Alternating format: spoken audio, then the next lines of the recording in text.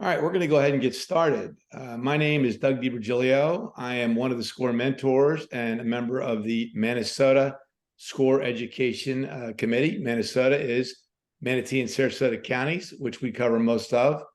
And before I turn it over to Sandra to talk about our webinar topic today, which I know there's a lot of interest in, what your organization needs to know about applying for grants, let me cover some information I hope you're going to want to know about SCORE. So SCORE is a nationwide organization that is an independent resource partner of the US SBA. We help small businesses, free advice, counseling, all kinds of great resources online 24/7. If you go to our website, which I'll get to in a minute, there are 300 chapters and 10,000 volunteers nationally. Here in Manatee and Sarasota counties, we have 90 volunteers, and they're all, I'm telling you, it's an impressive group. I've been working with them, working with SCORE a year, a very diverse background of business executives. So we work with our clients one-on-one. We also can work together depending on the need. And our chapter recently has been recognized as District Chapter of the Year, and we've won quite a few awards over the years. So how can we help you? A lot of people are dreaming about how they start their business, been planning it for some time. We can help you with the research and planning and starting up business. Also in the startup phase, can be a very challenging phase for any company. We've got plenty of resources and knowledge to help you there. As you grow your business, in my 36-year banking career, I've seen a lot of businesses fail because of growth. They grew too fast and couldn't manage it. Selling or closing, and I also add or buying a business. So all those topic areas and many more we can help you with. I really encourage you all to sign up for a mentor and also access our website, which is right here, score.org/Minnesota. You can look at mentor profiles. You can request a mentor. You can see recorded webinars. We do them weekly. You can also see the upcoming calendar. Great source of information as well if you just want to search for a question you may have. We need to thank our partners. Here are our community partners who support us. If we didn't have this kind of support, we wouldn't be able to present webinars like this. A number of them are banks. You can imagine if you're working with a SCORE mentor, you're going to be probably pretty well received after we help you get prepared to seek investors and seek bank finance. So with that, let me turn it over to Sandra for the presentation. Sandra? Okay. Hi, everybody. Let me take a moment to introduce myself. And I've got 45 years of experience, I'm admitting to, telling nonprofit stories through brand management, media relations, marketing, and grant writing. As a matter of fact, I met your education director, Diane McKeever, at a SCORE meeting in Wilton, Connecticut, where she helped me and the other SCORE volunteers helped me put together the basis of what my freelance website has been ever since then, which is the Masters Group Marketing, Communications, and Public Relations.com, Masters Group MCPR.com. And so I am grateful to her for that. But I've lived in half a dozen states and worked at the local, regional, and national levels. And I'm out of practice in presenting, you can tell. So bear with me a little bit as I stumble over my own words, please. Right now, I refer to myself as a chief conduit creator. I spark connections. Doesn't matter if it's for grants or if it's for media relations or if it's for donor relations. It's all about connecting people through words in communications, and this is how to create inspiration, interaction, and impact. So, one of the very first places I wrote grants for was in Florida. I lived in Fort Lauderdale for 5 years, and for a time I worked for the domestic violence shelter in Broward County, Florida, and that was Women in Distress, and I wrote grants for them. And the 2 years I was there, I raised about $1 million from state grants for that organization. So I hope that lets you know that I've got a little bit of a track record, both locally and also regionally where I'm working now and as a freelancer. So what do you need to know about applying for a grant? Why is she showing me rubber ducks? Because really, it's all about getting your ducks in a row. That's what all the prep is about, and that's what we're going to walk through today. The other thing I want to let you know as we begin is I practice the presentation style of tell you what I'm going to tell you, and then tell you what I told you. So I'm going to be going through an outline, then I will go into detail on each point, and then we will have a review. And I also believe that you're going to be getting a recording of this presentation. So what I want that to do is free you up to think. As I mention each point, think about how this relates to you and what you need to do to make it happen. All right. Sandra, I'm glad you mentioned that. I forgot to say that you will receive a recording of this, and also it will be posted on YouTube afterwards. Several of you have asked for Sandra's link to the website she mentioned. We'll get that to you as well. And we would like you to type in any questions to Q&A, and Sandra will address them at the end of the presentation. I did miss that. Sandra, keep going.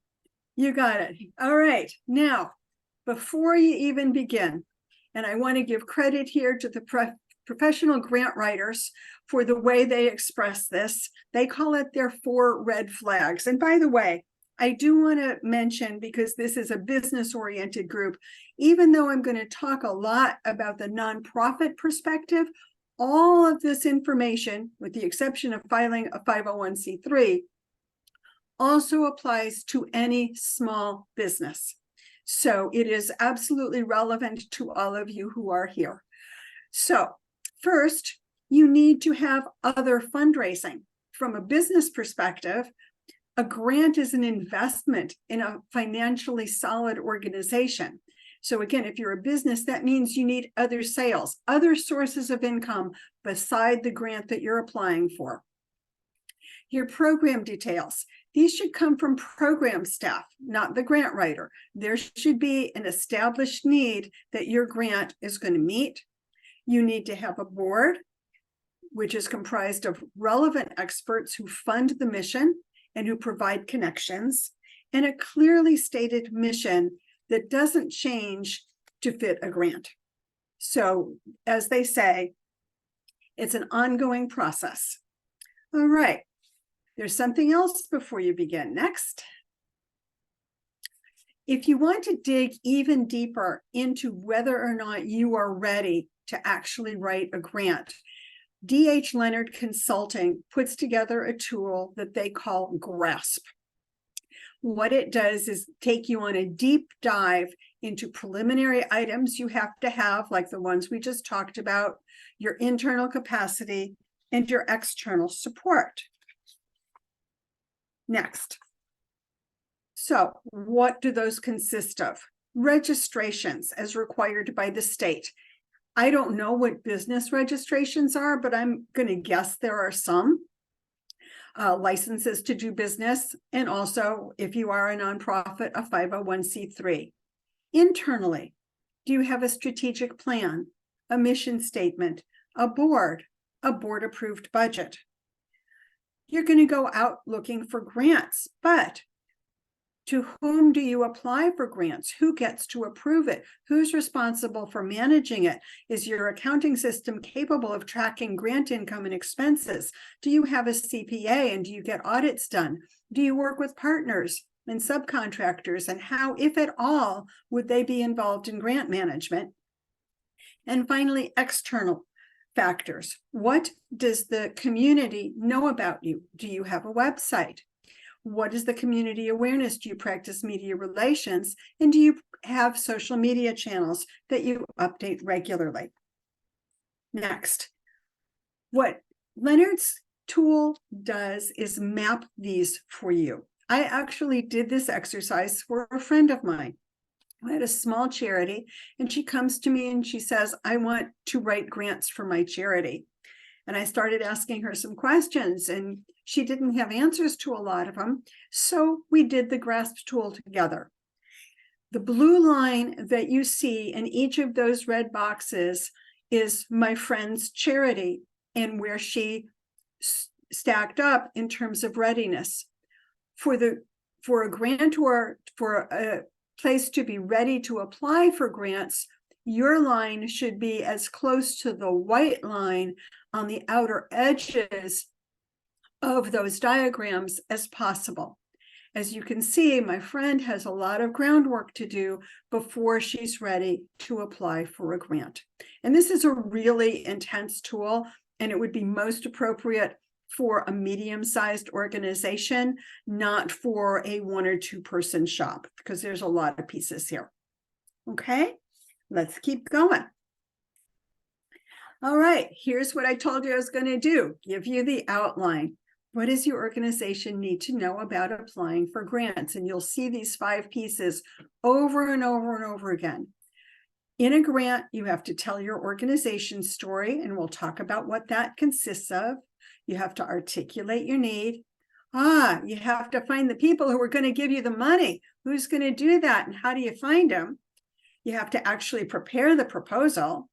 And then once the good news is you get the grant, you're not done yet. You have to report on the results.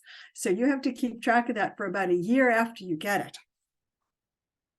All right, what's involved in your organization's story?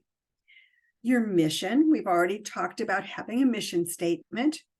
The history of your organization, proportioned appropriately for the size of the grant application.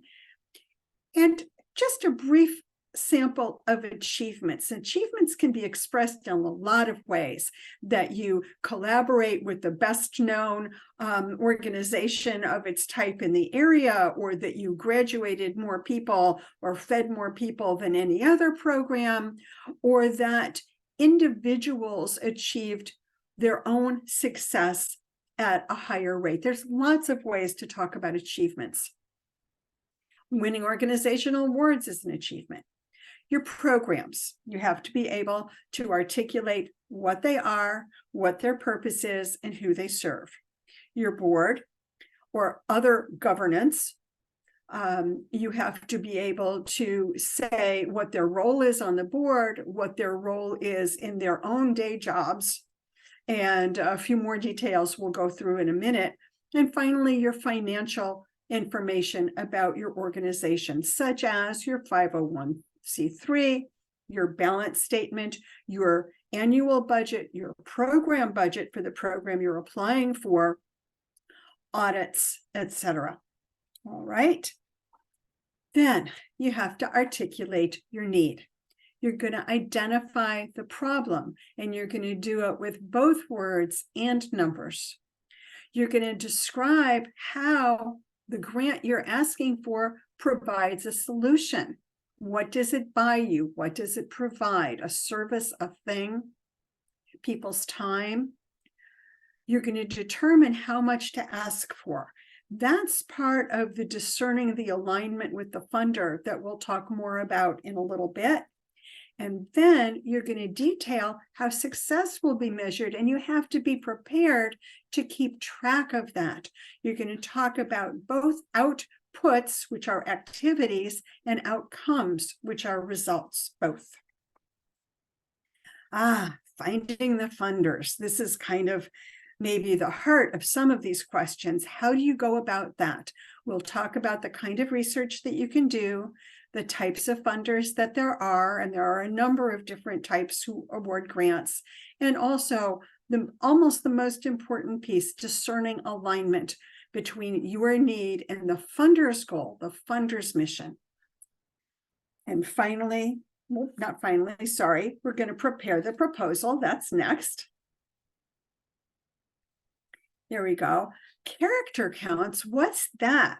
A lot of you are probably familiar with word counts at the bottom of a Word document.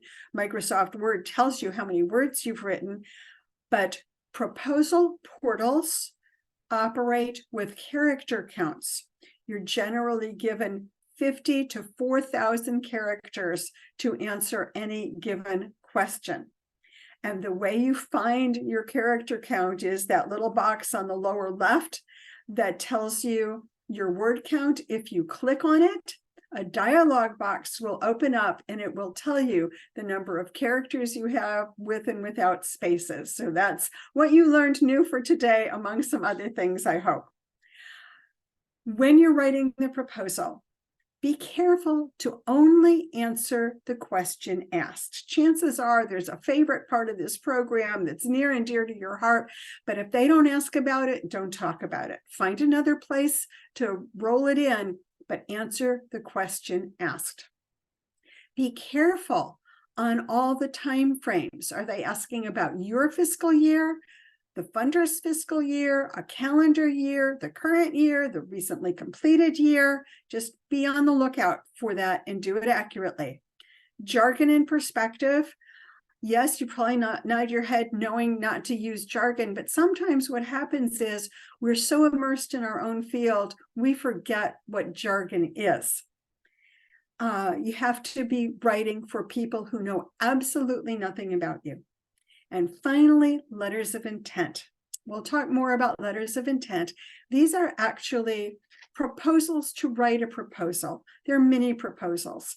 And they're one of my favorite things in the world to do because they're such an efficient use of time.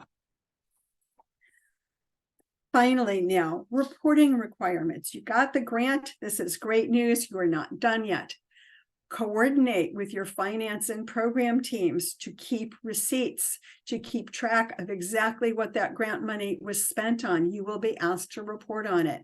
You have to track the program measures, those outputs and outcomes that you talked about. You have to make sure that the program stays focused on what you promised in the grant it would do. And finally, successes and challenges. We all hope there's successes, but it's actually okay if there are challenges too. Funders are actually very understanding. And if something happens, like there was a storm that flooded your basement, and so you couldn't run the rec program in your basement, that's okay. If you ran it somewhere else or did something else or had to postpone it from February to June because you had to fix your basement, that's quite all right. As long as you are transparent and report on it, it's all good. Okay, deep breath. That was the outline. So I hope your minds are going 50 miles a minute at this point, thinking, okay, well, what would I say about that? What would I do about that? Let's talk a little bit more in depth about each point right now. Your mission, your history, and your achievements. How in the world do you tailor your history for each proposal? Your history is your history. Let me give you an example. One of my main clients is an organization that was founded 150 years ago by the Sisters of Charity of Cincinnati, by a group of nuns. Now, there are some foundations who fund Catholic organizations. Okay, so in that case, I would write a history that dwelled a little bit more about the role of the Sisters of Charity in developing the organization. There are other grants that I would apply for, such as a federal grant, where they're not going to be so interested in the nuns' role, but they want to be sure that we serve people of all faiths. And I would certainly mention the nuns in my history. I wouldn't leave them out. They're part of the history, but I wouldn't emphasize it in quite the same way. So yes, you can write a history that is tailored for each proposal. If your organization runs a lot of programs, you could probably write about 1,000 words about each. But most of the time, you have about that amount of space to summarize all your programs. So practice, be prepared to write summaries that articulate the goals, benefits, outcomes, or purpose of the program, as well as those served in about 2 sentences each. Also include what's unique about the program. Has it been proven successful? In what way are the leaders of the program experts? You have to roll that all into a very few words. For example, for that same client, we run 5 programs, but within one of those programs is a sub-program where they are doing cutting-edge work in a field that no one else is doing. I always emphasize that. So again, I talk about all the programs, but I emphasize what's unique and proven and successful in our summary. The board, okay. You have to be prepared to give, you'll be asked for a list that includes your board, the person's board title, plus their professional organization and title. You'll have to be able to talk about the revenue obligation of the board. Is it a get or give situation where they're responsible for either donating personally or getting donations of a certain amount of money? Are there limits to board terms? Yes or no? What are they? And for some grants, particularly for federal grants and for bank foundation grants, I have found that those organizations have very particular needs they are trying to fulfill in the community in terms of equity and access. And they will ask demographic questions about your board, about your staff leadership, along the lines of census questions. So you have to be prepared for those. And finally, your finances. We mentioned 501c3, which is your filing as a nonprofit. It's a statement you get from the IRS. Your 990, which is another IRS document that we'll talk more about in the research section. Your audited statements, your balance sheet or income and revenue statements, your fiscal year budget, your program budget. These are all resources that are part of telling your organization's story. All right. Now we've given the background of the whole organization, and now we're ready to focus in on the heart of the issue, articulating your need, identifying the problem with data. Is it capital-based? Is it program-based? Do you need equipment, or do you need people, resources, or time? There are actually whole books and courses devoted just to this first point. Yes, I am seeing Diane's comment. It is absolutely applicable, and I can't speak very well, to for-profit situations as well. Do you need capital and equipment for your business, or do you need other resources to get operating? If I were using the current buzzword, I would say tell your problem's story. But you may or may not be oriented to that perspective. Everything in marketing and promotion is called a story. So think of it this way, if it's helpful. Enhance the information that you give them with an example or an anecdote. That's a story. Tell about a person that has benefited from it. Now, within the notion of a story, you have several options. Most people think about client stories first. The historic example would be March of Dimes poster children. And full disclosure, I did communications and media relations for the March of Dimes, starting in Florida, actually, for a number of years. And I was in a position to be able to coach what we currently call our ambassador families about how to tell their story, how they benefited from the organization. But you can tell that story and then enhance it with data. Here's how. For example,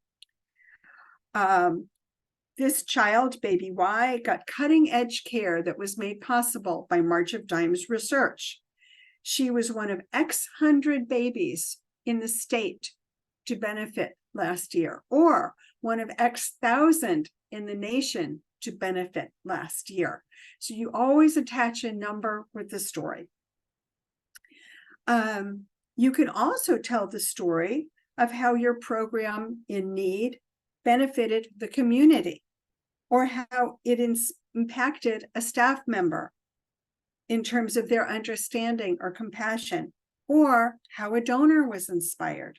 In each case, what's important is to anchor the anecdote with some data, because that way you're engaging the reviewer's head and heart simultaneously. To dig even deeper into this, there's two more things that I'll mention. And again, this works whether you're a business or a nonprofit, because all of the decision-making apparatus from a funder is the same. You can use a logic model or an empathy map to help build your story. A logic model articulates the chain of cause and effect leading to the outcomes that you're aiming for, and an empathy map details what the audience says, does, thinks, and feels as they hear your information or see your information. So logic models and empathy maps are two more tools that you can use to create your story. You all remember SMART for goals and objectives, right? Well, just in case you don't, it stands for specific, measurable, achievable, relevant, and time-bound. This is absolutely key in your goal and objective, and they're going to ask you for it in a number of different ways using a lot of different vocabulary, but that's what they want. Sometimes they'll ask for the grant's purpose rather than the goal. But this is what they want to know. How much? Oh, say the SMART again. Sure, happy to do that. So SMART stands for, could you go back, please, Doug? Thank you. I've got a little bit more to say on this. So the SMART stands for specific, measurable, achievable, relevant, and time-bound. How much to ask for? Funders always prefer a fraction. Remember up front, we talked about the fact that they want to jump on a bandwagon that's already rolling. That's why you need to have other sources of income as well, other donations, other grants.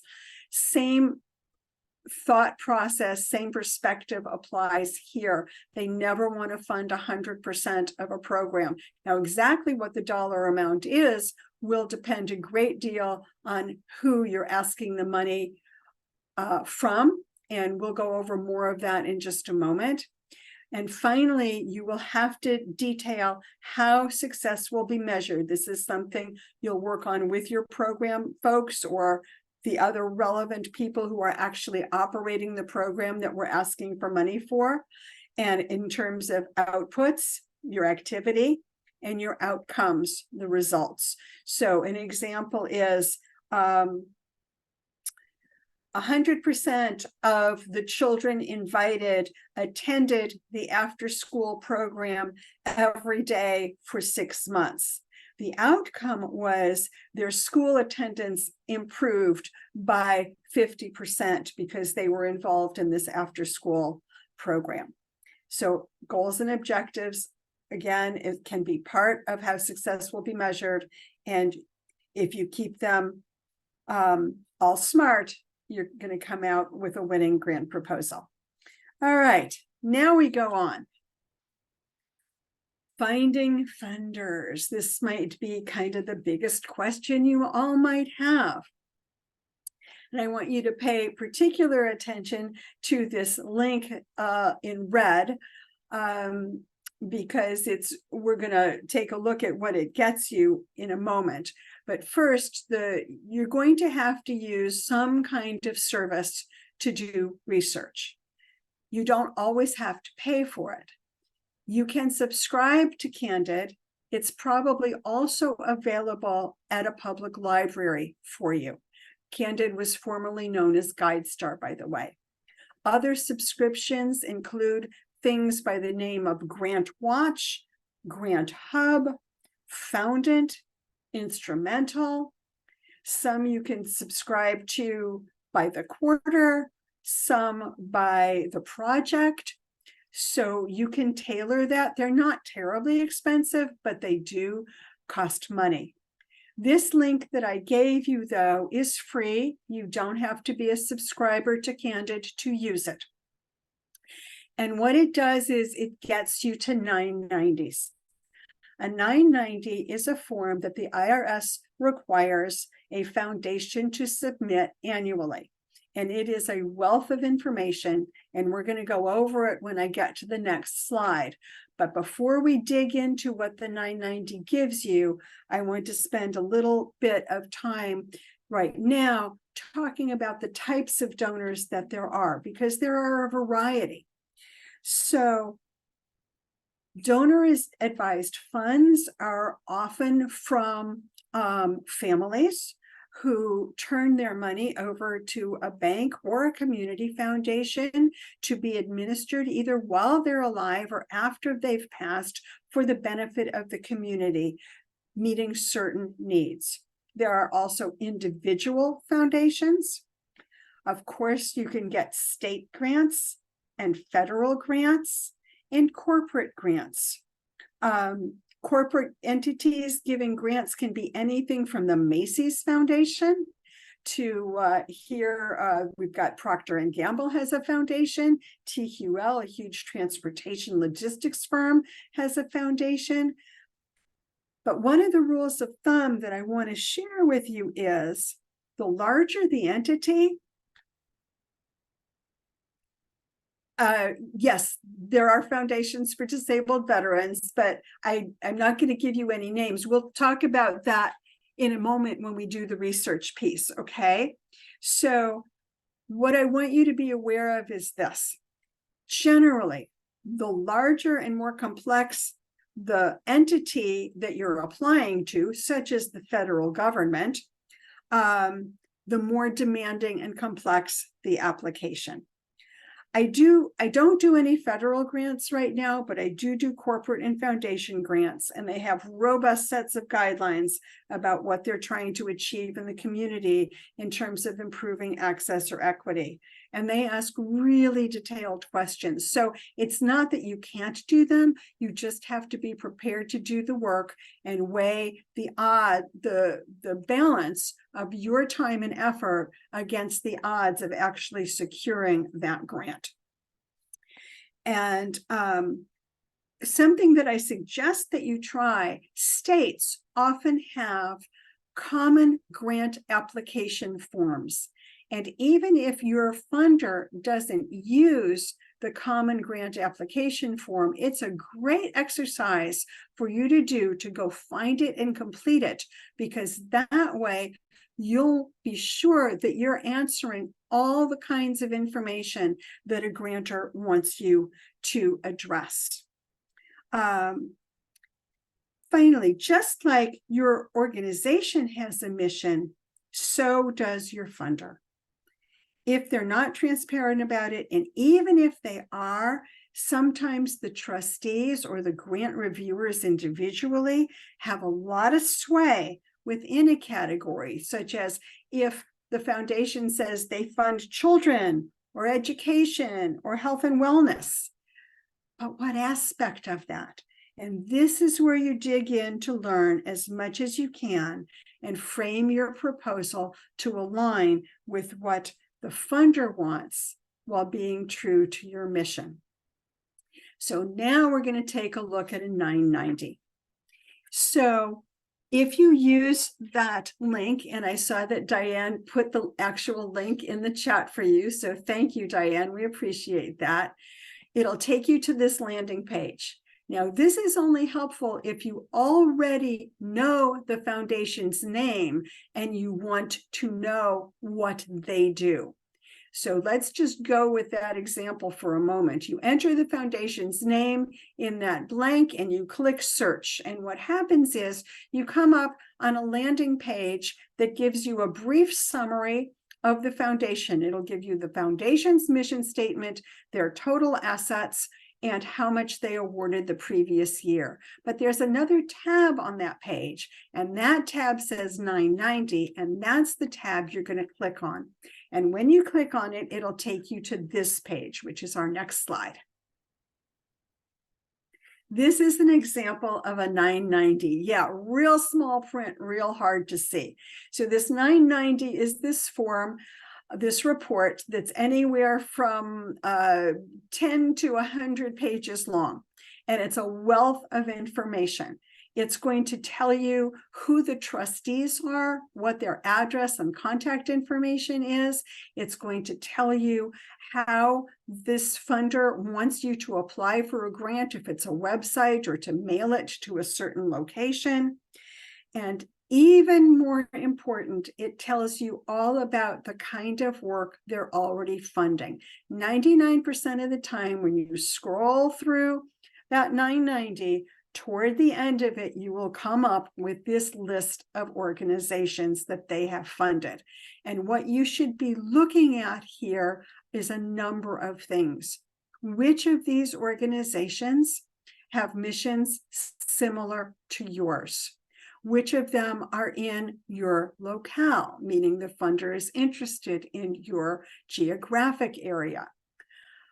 Compare those amounts with the kinds of things that are being funded. Is the organization that's similar to yours, do they have the largest grant from this organization, or the smallest grant, or somewhere in between? This is the information that you can peruse and digest and use to discern whether or not this funder is a good match for you. And that's what's really key. I would venture to say that more grants are rejected because they weren't a good match for the funder than because they weren't written well. So this is really important part of research. Okay, so let's go on, because now you have found a grantor who is a prospective grantor who's a good match for you. Pardon me while I take a sip of water.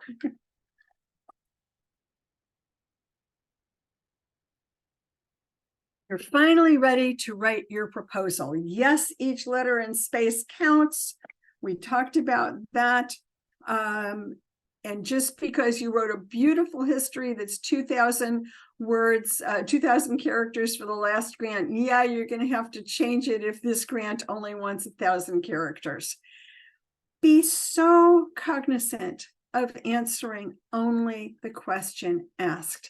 If they want to know what this program will do next year, tell them that. Don't tell them what they did last year. Be very, very careful about the dates and the time frames. Are they asking for documentation from your current fiscal year, from the funder's fiscal year, from the calendar year, from a completed year, from the future year? Just read it. There's no wrong, but just be sure to give them what they're asking for. Jargon, we talked about that a little bit. Be plain English. You think you're being plain English, but maybe you're not. Here's an example for you. The organization I work for, the main program is an ICF. What does that stand for? International Community Fund? Inclusive Care Framework? Nope. It stands for Intermediate Care Facility. Oh, you think you know what you're doing now? Nope, you don't. Because it is not referring to a time frame, long-term, intermediate, or short-term, which is really kind of the generic use of the word intermediate.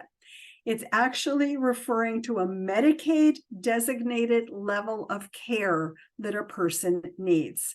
So I try never, never, never to use ICF. I talk about our residential facility, our home, and I don't use the term ICF at all because it wouldn't make sense to anybody who wasn't familiar with the Medicaid designations. Yes, letters of intent. I told you I was going to talk about that. All right, can we go to that, Doug, please? Okay, professional grant writers put together a great summary about letters of intent. I absolutely love them. They're great practice for you as well. It's a mini proposal.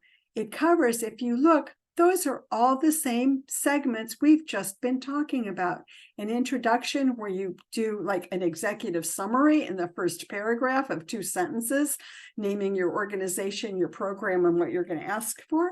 Then you give your organization story, but shorter, your statement if need, your proposed program, Your other funding sources, yes, be specific, name names, tell them exactly how much you've asked for each entity and whether that ask is pending or to be submitted. They want to jump on the bandwagon that's already rolling. Close with thanks, an invitation to a site visit, contact information. And here's what I love about letters of intent even more, because it's mini, no more than 3 pages ever. And also because it's focused on this program, you can, with very little editing, probably use it with multiple prospective funders. So it is a great use of your time. All right, reporting requirements. Coordinate with the people who do your books and the people who run your programs and keep receipts. Track those measures of outputs and outcomes that you had promised to deliver on in the grant proposal. Make sure that you are staying focused, that you haven't gone out of your proposed bounds with your activities. And again, successes and challenges. It's okay if things don't go as planned. Funders are okay with that as long as you talk about it. There's one last word, if you want to go to the next slide, Doug, that summarizes everything. There's one last thing I want to mention, because it's pretty much an 800-pound gorilla or elephant in lots and lots and lots of rooms these days, and that's AI. Should you use artificial intelligence or not? I will just say one thing about ChatGPT and all of those ones that you hear so much talk about. Just understand, if you go to use it, it's based on open information that's searchable on the web. That means if you put information about your organization that isn't already on the web in a document you're asking ChatGPT to help you write, that information then becomes part of its database. So you just have to understand that about it. The other thing you have to understand is, we've all heard it's not terribly accurate at the moment and can make things up. Now, if you want to ask it to give you a first draft of a really basic thing, if that will help you get started writing, sure, I would do that. I'm not sure I would have it write a grant proposal for you at this time. There is one AI platform that has been constructed specifically for grants. It's a closed system, meaning nothing that you put in it goes out onto the web. I have nothing to do with that organization in terms of making money from it or anything else, and I haven't used it yet, but it is called grantable.co, grantable.co, not com, just .co. So you can check that out if you're interested in having AI help you.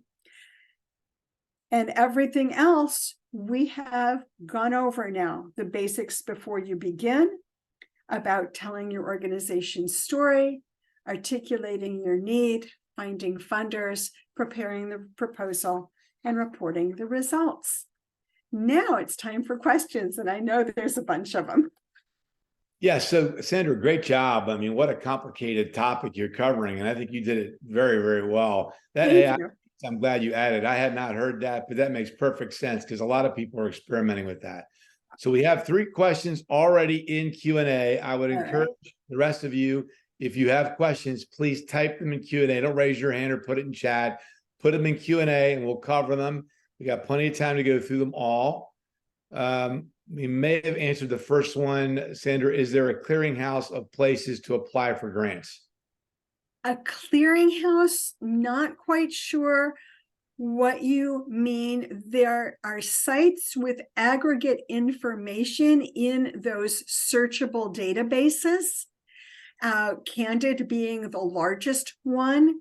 If you subscribe, for example, to something like Grant Watch and you only want resources focused on your state, let's just say it's Florida, you can direct it to Florida resources. But unfortunately, no, there is no single place. There are places that gather information about federal opportunities, I know. And what I do not know about, and I'm sorry, but I just, I don't want to lead you on. I don't know if there is any place in each given state as a state clearinghouse exists. I did see one question that I'll tack on to this one. Someone asked if there are foundations that do grants for people with disabilities. Of course there are, and you can search those databases exactly in that way, using that as your search term. And that would be any topic. I mean, I think grants are being written for a lot of the various specifics you may have questions about. It's a matter of finding which ones, where they are and how to get to them. And we can help with that as well. Right. Next one, David Morse, is the same information available by going direct to IRS 990 reports? Probably, yes, because they are federally required forms and that they are public record. Okay, we answered this other one. Let me just get rid of that one. Great information. How does the viewer select applications to read, or is there a system that selects specific applications based on keywords? That is a really great question. And one of the things I'm actually trying to do is to become a grant reviewer. So each and every foundation is going to have their own method and their own system when it comes to the non-governmental ones. So I'm thinking more now about private foundations, foundations run by community funds, foundations run by bank trust departments. They have program officers who work hand in hand with the trustees, who review and make sure that you've dotted all your I's and crossed all your T's and you meet the basic criteria.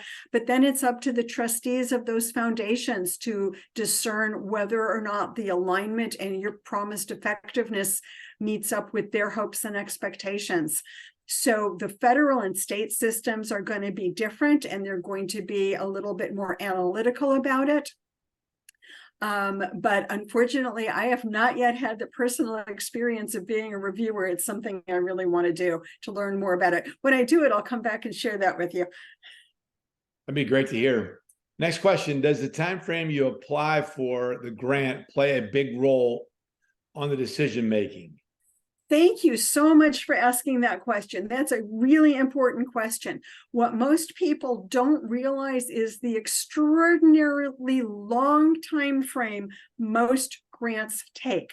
There are a very, very few individual grants who will actually let you know within, or individual foundations that will actually let you know within a quarter, for example, within 90 days.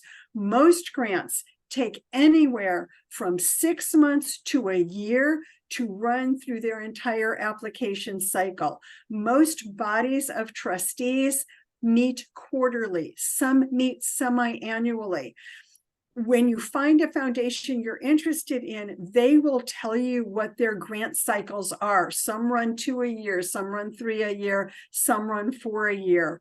But that is something that you should know when you're working with your program folks and doing a prediction for when this money would be used. I'm actually working with another small client, a choir, and because of the time frame of the next foundation, we're applying for grants for the 25 concert season now, because that's how long the grant cycle is for that particular grantor.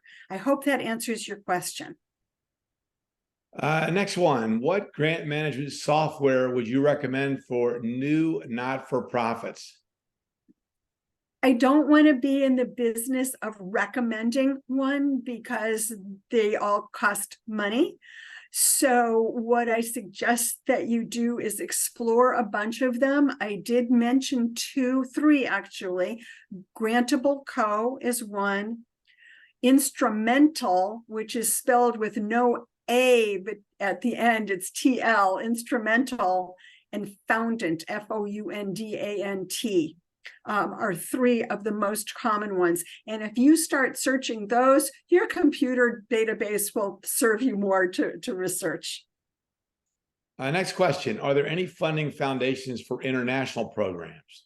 Yes, there are. And you have to go into a foundation. That's another thing you can search. You go to the database and you put in international work, or even work in Africa, or work in South America or Central America, wherever it is you're working, to find foundations who will fund those programs for you. Cindy asks, is there a good source for learning about federal grants and understanding the nuances of them? That's a good question. There are actually courses that some organizations put on, the Grant Professionals Association, and one other organization will offer webinars about how to apply for federal grants and what you need to know. So you can search it that way. Just again, search online for learning about federal grants, and that's what you're going to find. Sandra, this one is specific to you. Is Sandra available to assist with questions beyond this webinar? Sure, of course. And what I will do, should I put it in the chat? I will put my email in the chat. That'd be great. Okay, I will do that. So my email is masters, don't want to do typos, mcpr.com. There I am. Great. Very nice of you. How long should a person prepare to invest before filling out a grant? For example, grants that have a deadline. That's a really good question. It's a hard choice to make. It's like you have to look at everything that's on your plate. One of the places that I was working with allotted 25% of my time for grants and 75% for other kinds of communications responsibilities. So then within that 25%, did I have 2 weeks worth? Could I get the grant application done? But the most important factor in all of that is not only your time, what was the alignment? How strong is the alignment? What is the likelihood you feel of actually getting that grant? And of course, you can never really know till you get the good news. But I think that's the other factor to weigh in along with your time. Would I spend all of my time in a given month working on one that's a long shot? No. Would I spend half of my time in a month on one where I've got at least a 50-50 chance of getting it? Yeah. So I'm just going to read this one, Sandra. I'm getting a lot of this in chat too. I just want to share with everybody. Excellent presentation, well organized, detailed, and all in under an hour, and yet no signs of rushing through it. Nice job. Thank you. Okay, we got a couple more. What happens if we apply for a grant on the last day versus the first day of the grant being available? Does that play a big role in decision making? I do not believe it does. You just have to be in by the deadline, because as I said, then these groups of reviewers within the organization sit down and look at everything. So I think that's more for your convenience than it is for theirs. Great.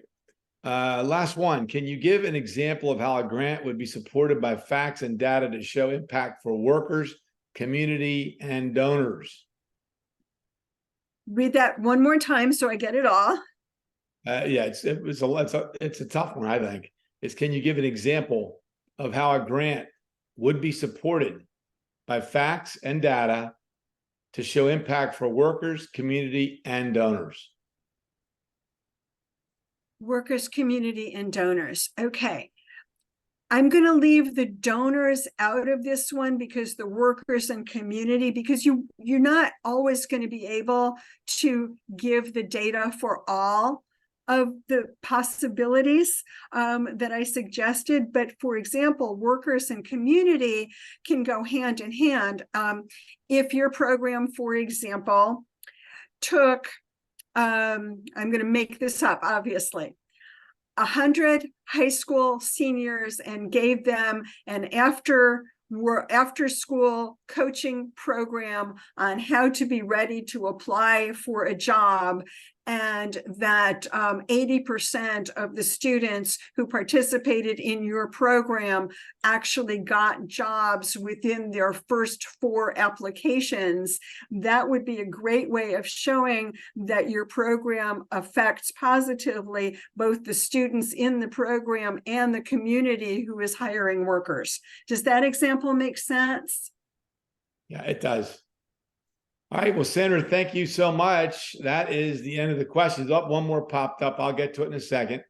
I did want to remind everybody to visit score.org/Minnesota to request a mentor. This is complicated. We can work with you through it. We have a whole list of grant sites ourselves. Actually, Diane McKeever, who is chairman of our education committee, has compiled that. And there are many, as Sandra went through. There's just a ton. So I want to encourage you to visit the website. There's lots of information there. You can also see mentor profiles and ask for and request a mentor. We also would ask that you would please submit a survey. Tell us how we did. Tell us how Sandra did. What else would you like us to present to you? That's what we want to be able to do, is present to you topics of interest. And let's go back up to Q&A now. Let's see what else we got. Open questions. Those are just well done. Great job, Sandra. So thank you, Sandra. Thank you, everyone. Again, you will receive a recorded version of this, and you'll also receive the presentation itself. It'll come to you later this afternoon or tomorrow. So thanks, everybody. And Sandra, great job.